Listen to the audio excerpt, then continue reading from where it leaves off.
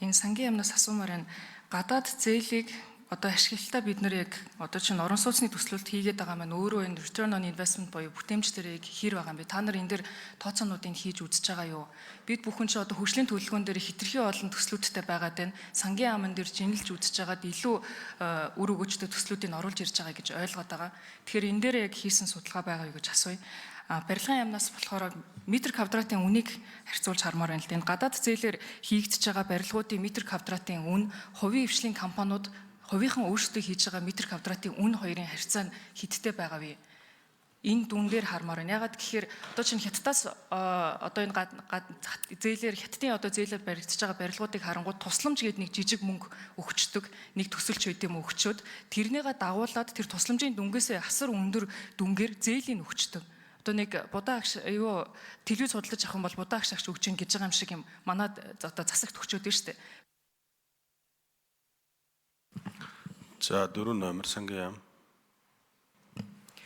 Цэнгүүн гишүүн асуултанд хариулъя. Сангийн амтлаг жаргал. Тэгэхээр гадаад зээл тусламжийн төслүүд дээр одоо яг орон сууцтай холбоотой 5 төсөл хэрэгжиж байгаа. За нэг нь бол Ногоон нур 1008 бол бүгд найрамдагчдаар дуулсан буцалтгүй тусламжаар.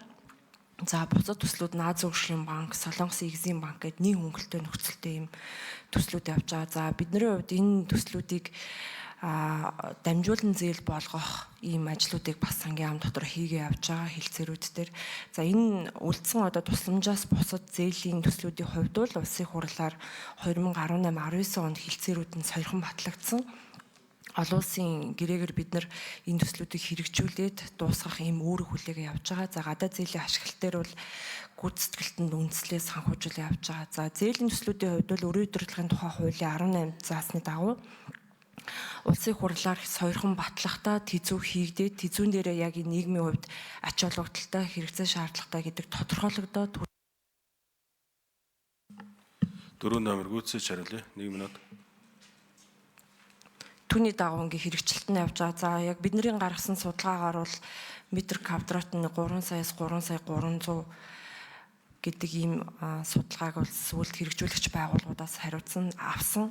За барилгын агуулгын яамнаас мэдээж нэмж дэлгэрэнгүй өгөх бах. Бидний хувьд бол яг санхүүжилт гэрээ хэлцээрийн дагуу хэрэгжилтийнх нь явж байгаа санхүүжилтнэр ашиглалтын хариуцсан явж байна. 5 номер. Хотоо бол барилгын сүрчүүлэлтийн мөх жаргал саяны сангийн яамны холбогдох хүний хариулсан одоо Ногоон нуурын 1008 орон сууцны төсөл дээр бол энэ 10 дугаар сард улсын комисс ажиллаж одоо эцсийн байдлаар улсын комисс төлөж авна. Тэгээд энэ гүйцэтгэлээр яг метр квадратын үнэлгээнд гарах болохоор яг энэ ажил бол хийж байгаа. За Солонгос 1-2 төсөл мөн эхний ээлжийн 980 айлын орон сууцыг 2026 онд ашиглалтанд оруулахаар ажиллаж байна.